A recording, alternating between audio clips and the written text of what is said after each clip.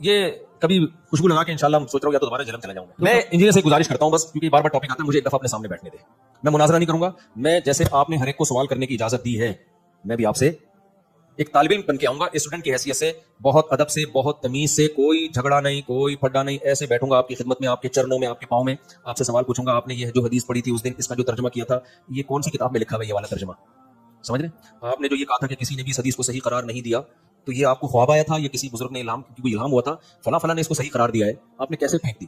آپ بسم اللہ الرحمن الرحیم. آپ نے مفتی طارق مسعود صاحب کا کلپ سماعت فرمایا جس میں مفتی طارق مسعود صاحب ایک بار پھر جہلم آنے کی خواہش کر رہے ہیں. ایک بار پھر اس لیے کہہ رہا ہوں کہ مفتی طارق مسعود صاحب اس سے پہلے بھی جہلم آ چکے ہیں, اور جہلم کس لیے آئے تھے وہ بھی آپ حضرات جانتے ہیں. مفتی طارق مسعود صاحب انجینئر محمد علی مرزا سے مناظرہ کرنے کے لیے جہلم آئے تھے, لیکن اس وقت مناظرہ نہ ہو سکا. انجینئر محمد علی مرزا صاحب اس وقت چھپ گئے تھے, فرار ہو گئے تھے. مفتی طارق مسعود صاحب 48 گھنٹے تک جہلم میں رہے. پھر مفتی طارق مسعود صاحب نے وہاں ایک ویڈیو اپلوڈ کی کہ میں جہلم آ چکا ہوں, مرزا صاحب کا چیلنج ہے, اس چیلنج کو میں نے قبول کیا ہے, میں مناظرے کے لیے جہلم آ چکا ہوں. 48 گھنٹے تک انتظار کیا, اپنی تمام مصروفیات کو چھوڑ کر مرزا صاحب کا انتظار کرتے رہے, لیکن ان 48 گھنٹوں میں مرزا صاحب کی طرف سے کوئی جواب نہیں آیا. مرزا صاحب چھپے رہے. جب پتہ چلا کہ مفتی طارق مسعود صاحب واپس کراچی چلے گئے, اس وقت انجینئر محمد علی مرزا صاحب نے اپنے چیلوں کو مطمئن کرنا تھا, اور آ کر اپنے چیلوں کو مطمئن کر بھی لیا کہ مجھے پتہ نہیں تھا وہ آ رہے ہیں, مجھے بتا کر نہیں آئے, وہ گاڑی پر کیوں آئے, وہ جہاز کے ذریعے کیوں آئے, انہیں گاڑی پہ آنا چاہیے تھا. ایسے ہی فضول قسم کی باتیں کر کے بہرحال اپنے اندھے چیلوں کو مطمئن کر لیا. اب مفتی صاحب ایک بار پھر جہلم آنے کی خواہش کر رہے ہیں, اور اس بار مفتی صاحب مناظرے کے لیے نہیں آ رہے, کیونکہ مناظرے کے لیے پہلے وہ آ چکے ہیں, مناظرہ انجینئر صاحب کرنے کو تیار نہیں ہے. اب وہ آنا چاہتے ہیں اور سوال کرنے کی نیت سے آنا چاہتے ہیں.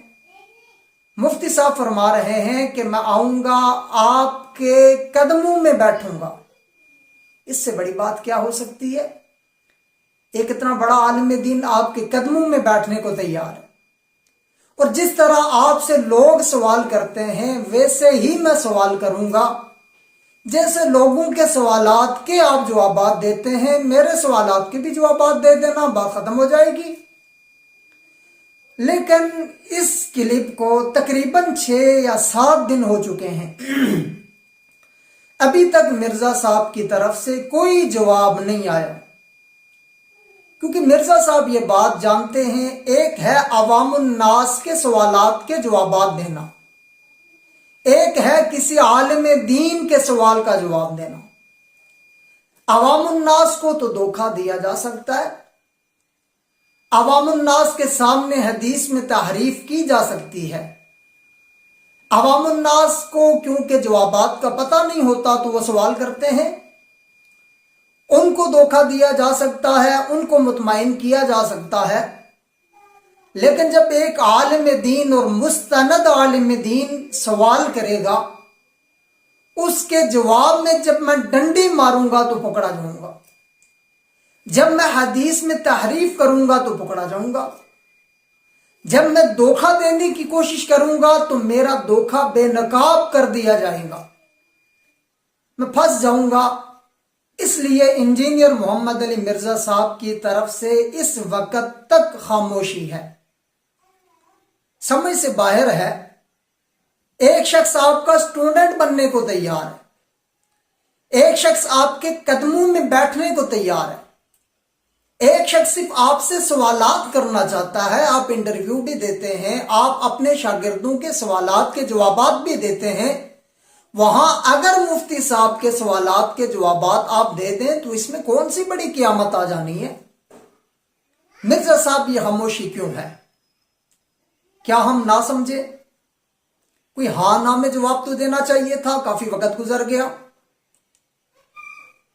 آج سے کچھ عرصہ قبل آپ کو بھی یاد ہوگا، سعد حسین رضوی صاحب نے انجینئر محمد علی مرزا کو چیلنج کیا تھا۔ وہ چیلنج یہ تھا کہ جب سامنے بیٹھیں گے تو پتہ چل جائے گا کون کتنے پانی میں ہے۔ اس وقت مرزا صاحب نے بغیر کسی تاخیر کے اپنی پہلی ویڈیو کے اندر 1 گھنٹہ 57 منٹ کی ویڈیو مرزا صاحب نے سعد حسین رضوی کے جواب میں ریکارڈ کروائی اور مدلل جواب دیا کہ میں تیار ہوں، جیلم اکیڈمی کے دروازے سعد حسین رضوی کے لیے کھلے ہیں، وہ آئیں۔ اور مرزا صاحب کے یہ الفاظ تھے کہ اب شیر میدان میں آ گیا۔ آج اس شیر کی تلاش ہے کہ وہ شیر اب گیدڑ کیوں بن گیا، وہ شیر اب بھیگی بلی کیوں بن گیا، وہ شیر اب کیوں نہیں تیار ہو رہا، وہ شیر اب کیوں نہیں مناظرے کے لیے تیار، وہ شیر اب جوابات دینے کے لیے تیار کیوں نہیں ہے۔ اس کا مطلب یہ ہے کہ مرزا صاحب مفتی طارق مسعود صاحب سے ڈرتے ہیں۔ مرزا صاحب جانتے ہیں کہ جب وہ میرے سامنے بیٹھیں گے اور وہ سوال کریں گے، نہ میں 1122 کر سکوں گا، نہ میں حدیث میں تحریف کر کے دھوکہ دے سکوں گا، نہ ہی میں کوئی ڈنڈی مار سکوں گا، کیونکہ سامنے عوام الناس نہیں، سامنے ایک مستند عالم دین بیٹھا ہوگا۔ اس لیے مرزا صاحب اس وقت تک مفتی طارق مسعود صاحب کے اس چیلنج کا جواب نہیں دے رہے۔ اور آپ کو یاد ہے 2-3 دن قبل مفتی عبد الواحد قریشی صاحب دامت برکاتہم، انہوں نے حافظ احمد کو انٹرویو دیا۔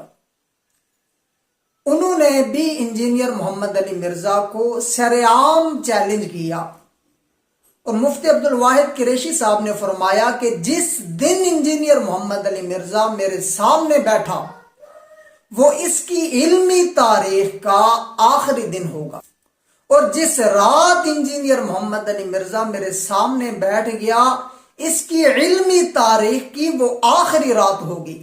اتنا کھلا چیلنج، لیکن مرزا صاحب نے مفتی عبد الواحد قریشی صاحب کا چیلنج بھی قبول نہیں کیا۔ مرزا صاحب نے یہ نہیں کہا کہ میں سامنے بیٹھوں گا، آئیں میرے دروازے کھلے ہیں، جیلم اکیڈمی کے دروازے کھلے ہیں۔ ناظرین، سوچنے کی بات یہ ہے، جس جیلم اکیڈمی کے دروازے سعد حسین رضوی کے لیے کھلے تھے، اس جیلم اکیڈمی کے دروازے مفتی عبد الواحد قریشی صاحب کے لیے کیوں نہیں کھلتے؟ اس جیلم اکیڈمی کے دروازے مفتی طارق مسعود صاحب کے لیے کیوں نہیں کھلتے؟ کیا یہ منافقت نہیں ہے؟ کیا یہ تضاد نہیں ہے؟ ایک طرف کوئی مناظرے کا چیلنج کرے تو فوراً قبول کر لو، دوسری طرف کوئی مناظرے کا چیلنج کرے تو اس کو جواب بھی نہ دیا جائے۔ اس سے صاف یہ واضح ہوتا ہے کہ انجینئر محمد علی مرزا جانتا ہے کہ ان دو حضرات کے سامنے میں جب بھی بیٹھا میری حقیقت لوگوں کے سامنے آ جائے گی، میری جو ڈنڈی مارتا ہوں، جو میں تحریف کرتا ہوں، جو میں دھوکے دیتا ہوں، وہ لوگوں کے سامنے آ جائیں گے، پھر میں علمی کتابی نہیں بلکہ فسادی رہ جاؤں گا۔ اس لیے مرزا صاحب اس چیلنج کو قبول نہیں کر رہے۔ مرزا صاحب کے چیلے بھی اگر سن رہے ہیں تو ان سے گزارش ہے کہ مرزا صاحب سے یہ سوال تو کریں کہ مفتی صاحب کہہ رہے ہیں کہ میں جیلم آنا چاہتا ہوں، آپ کے قدموں میں بیٹھ کر سوال کرنا چاہتا ہوں، انجینئر صاحب جواب کیوں نہیں دے رہے؟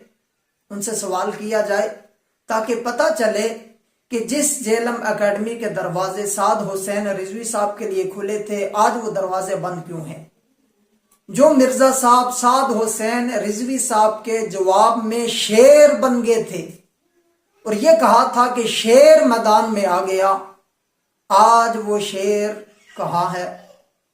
محترم ناظرین، آپ خود کمنٹ کے اندر جواب دے سکتے ہیں کہ کیا وجہ ہے، مرزا صاحب کی یہ خاموشی کیوں ہے؟ مرزا صاحب ڈر رہے ہیں. مرزا صاحب کو پتا ہے کہ ان سے اگر میں بات کروں گا تو میرے دھوکے واضح ہو جائیں گے، اس لیے مرزا صاحب کی طرف سے خاموشی ہے.